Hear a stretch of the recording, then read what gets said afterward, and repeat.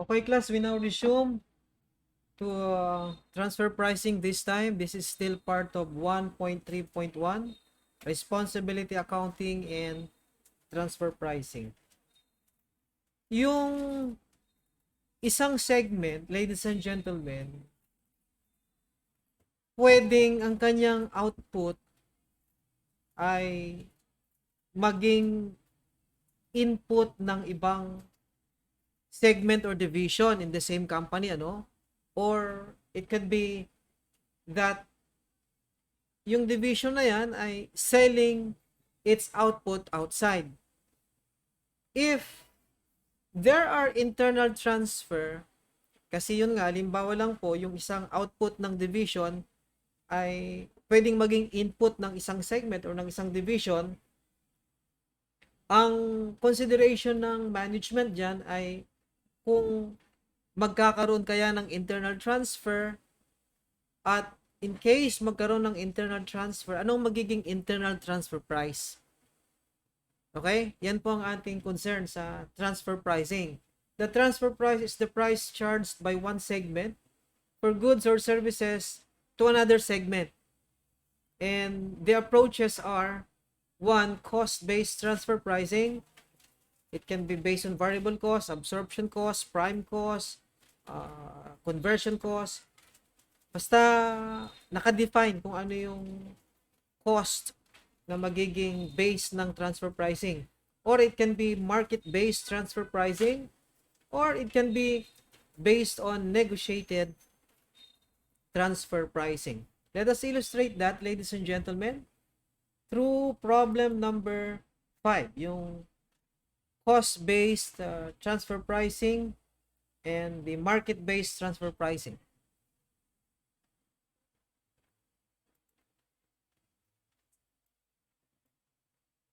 Okay, so here for Kelly division, with a retail price of 20 pesos per leg, and then data for 2021, 30,000 units, direct materials 135,000, DL 90,000, factory overhead 90,000, and the variable portion is 25%, then OPEX 150,000, variable is 20%. Let us determine or let us compute the transfer price. Pag market-based transfer pricing, ladies and gentlemen, kung magkano yung retail price ng selling division, for example, in this case, Kelly division, 20 pesos per leg or per unit. So, yan din ang gagamitin for internal transfer. That's market-based transfer pricing. For cost-based transfer pricing, and if we base that on the variable product cost plus a fixed fee of 20%, yung variable production cost na tinatawag, class, na take up natin sa variable and absorption costing, ay direct materials, direct labor, and then variable overhead. So 135,000 plus 90,000 plus 25% of 190,000, that's actually 247,500 divided by the 30,000 units. Yan po yung variable cost per unit. Then times 120% or 1.2, or kung gusto nyo, computein nyo yung 20% ng variable product cost per unit, then i-add ninyo yung 20% nun, or simply multiply by 1.2, that is the transfer price, 9.9. Then absorption cost plus 20%. So absorption cost is full manufacturing cost, DM, DL, factory overhead, both variable and fixed. Kaya 135, 90, and 90 yan, Kaya yan po ay 315,000 divided by 30,000. Yan yung absorption cost per unit, i-multiply sa 1.2, that's 12.6. And then the third is variable cost. Plus, pag sinabing variable cost without any qualification, kung variable product cost lang, ibig sabihin yan lahat ng variable cost kasama yung variable operating expense. Yung variable OPEX ay 20% ng 150. So that's actually 30,000. Kaya yung total variable ay 277,500. At kung based on variable cost lang, walang markup, ayan, 9.25. Then the last one is full cost plus 10% markup. Pag sinabi namang full cost, yung total cost, ibig sabihin nun, class, total cost to produce and cost to sell. Kaya 135, 90, 90, and 150 or 465,000 divided by 30,000, that's the full cost per unit times 1.1, that is the transfer price, 17.05. So, yan po class yung mga iba't ibang paraan sa pag-compute ng transfer price, cost-based.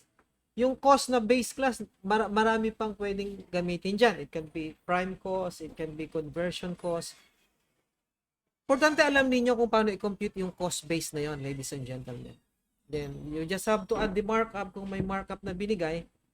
O, kung wala, o di yung cost mismo, ano? Okay? So, those are the iba't ibang paraan sa pag-compute ng internal transfer price. Next, we go to problem number 6. And in here, we are going to illustrate the computation ng transfer price that will maximize or that will avoid yung tinatawag na suboptimal decision making. Kasi ang danger class ng internal transfer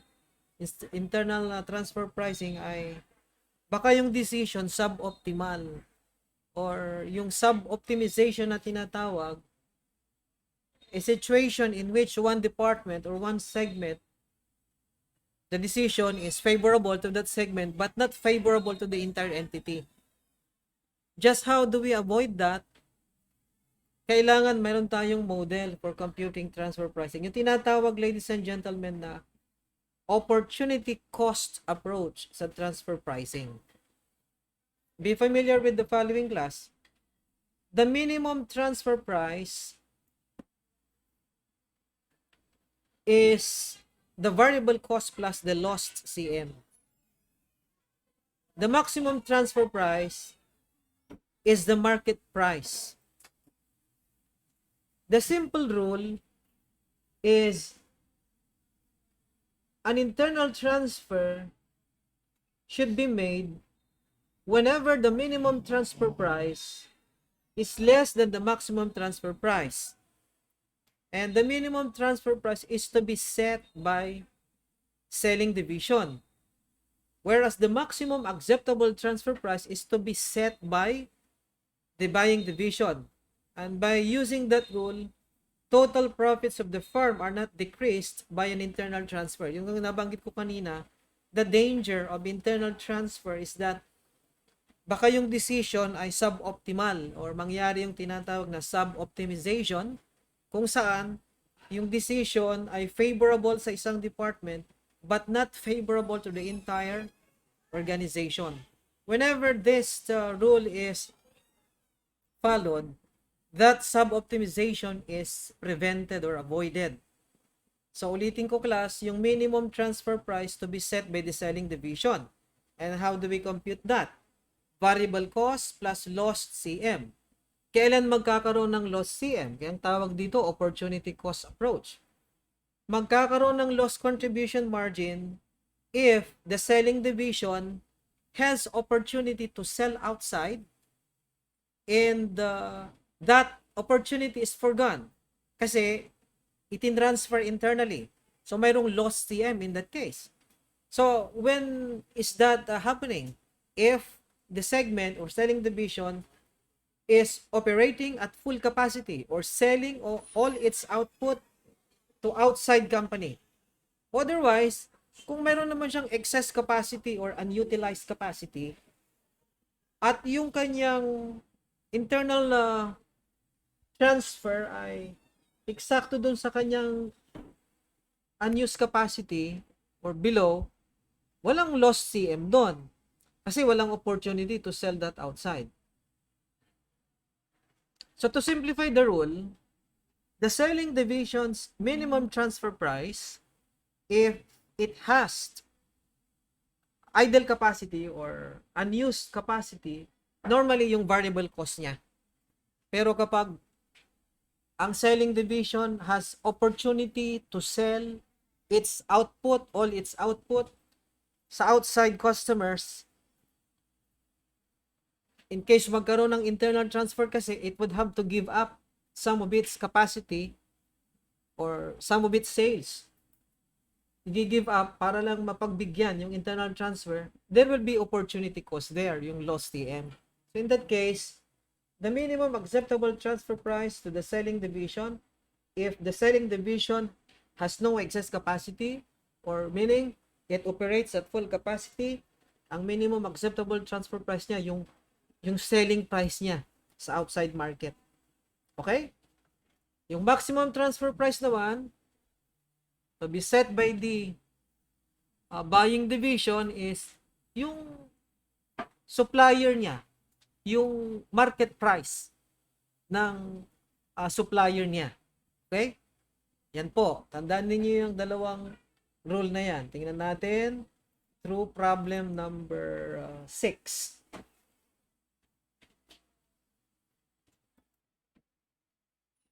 Okay, tingnan natin to class. Itong problem number 6, ano?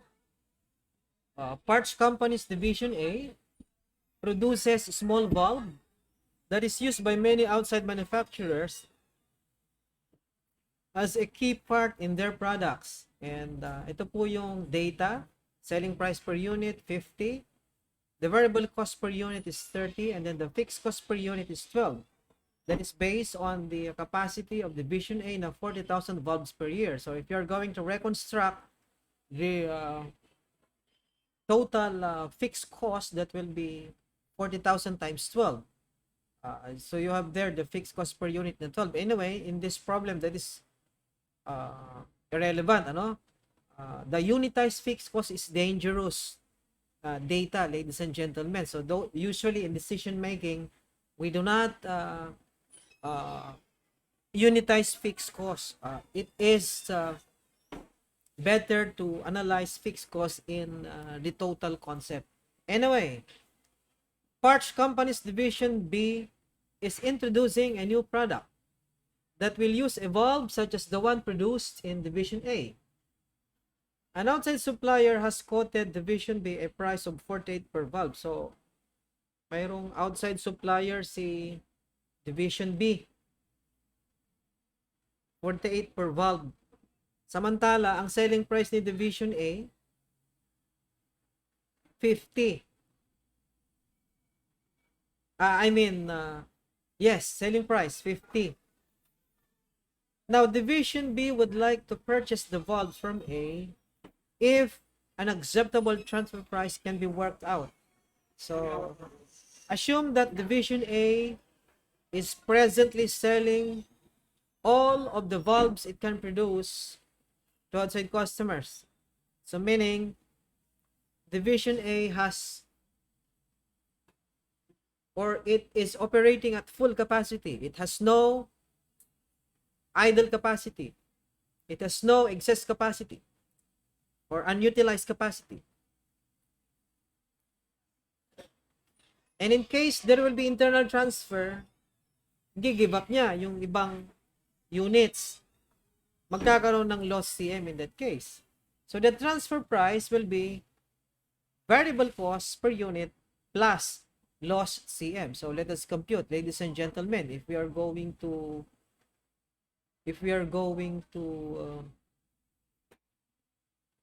compute the minimum acceptable transfer price to the selling division, the variable cost is 30, the variable the CM per unit is 20, yan po yung opportunity cost actually, loss TM, 50 pesos na equal sa kanyang selling price, syempre.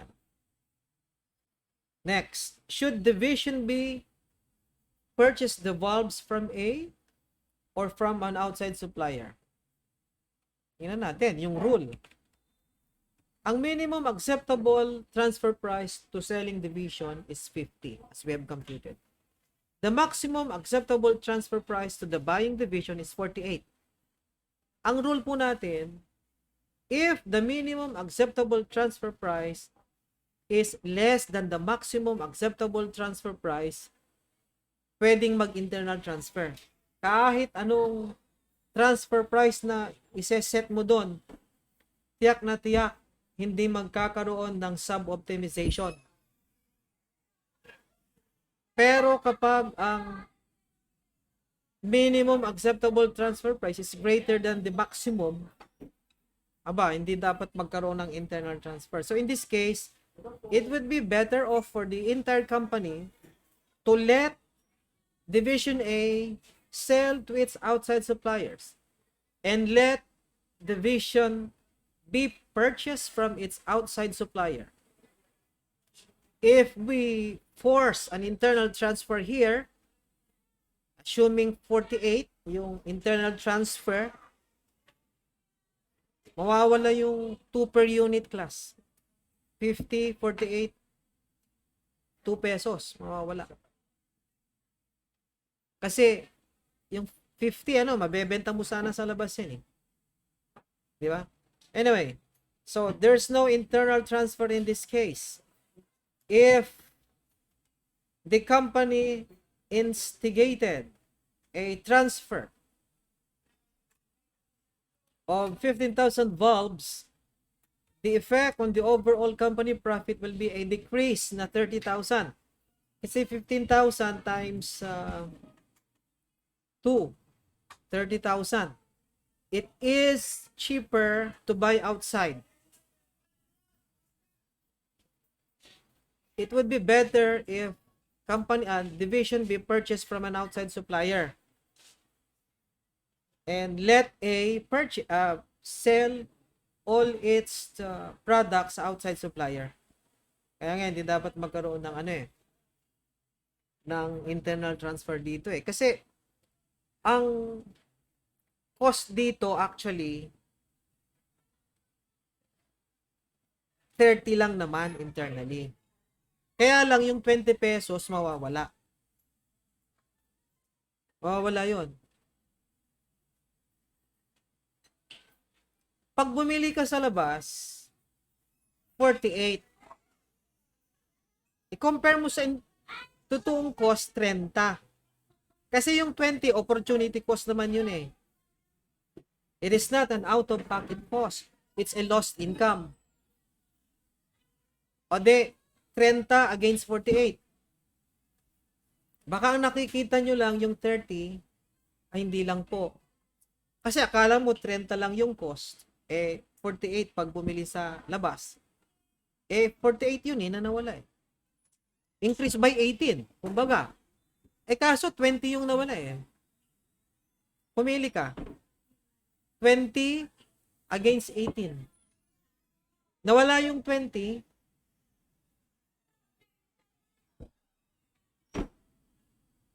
I mean, nakatipid ng 18, nawalan pero ng 20. O di mas maraming nawala.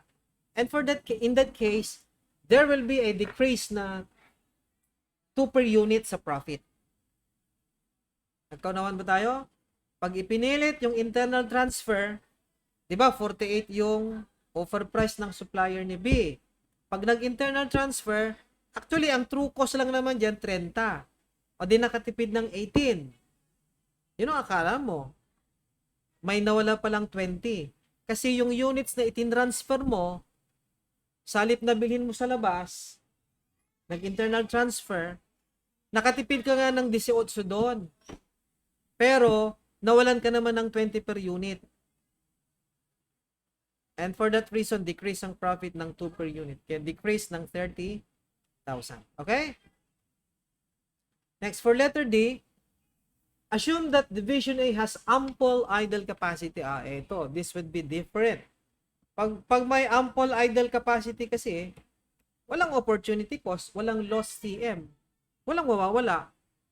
Kaya ang minimum transfer price ni selling division 30 plus 0, or in short yung variable cost niya.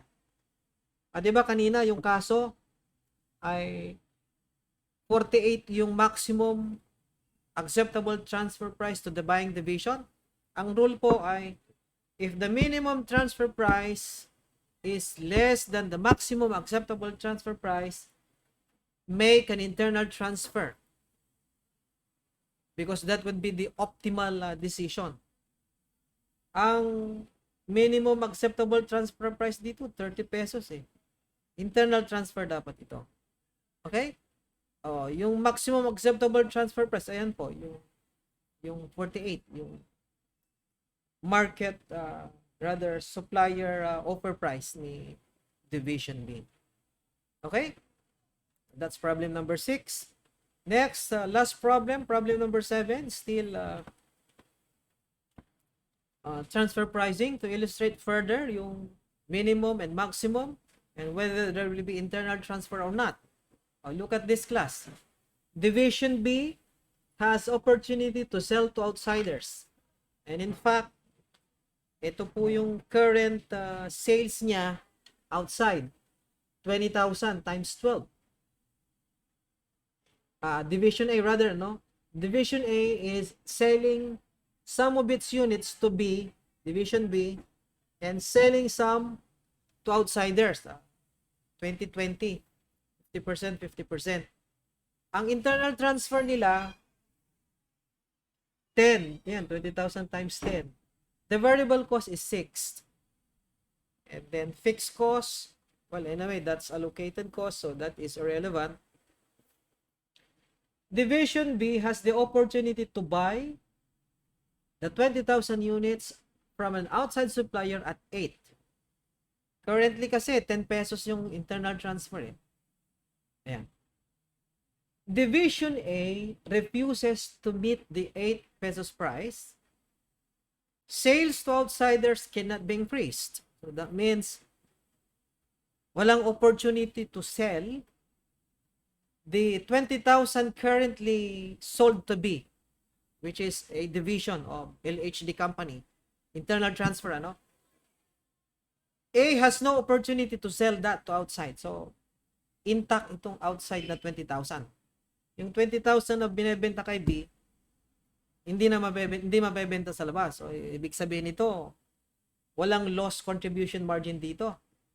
The minimum acceptable transfer price here should be 6, yung variable cost. Okay? Kasi 0 yung opportunity cost eh. And the maximum acceptable is 8, yung offer price ng supplier. Ano dapat ang mangyari? Internal transfer dapat. Kaso, ang sabi dyan, Division B buys from outside supplier. What is the effect on the income? Yan ang mangyayari ngayon. Dapat internal transfer. 6 pesos yung tunay na cost eh. Pag binili mo sa labas yan ng 8, increase yung cost ng 2 pesos per unit. And for that case, the profit will decrease by 40,000. 20,000 times 2, 40,000. Dapat internal transfer ang mangyari dyan eh. Ibang kaso, kung halimbawa, si Division A can sell the units to outside. Halimbawa lang po, mabebenta niya sa labas ng 12 pesos din or 10 pesos. Aba, may opportunity cost doon. I-evaluate mo ngayon kung internal transfer or external, magkaroon ng internal transfer or wala. Basta ang rule, pag ang minimum acceptable transfer price is less than the maximum, internal transfer. Kahit anong transfer price ang mag-take effect dyan,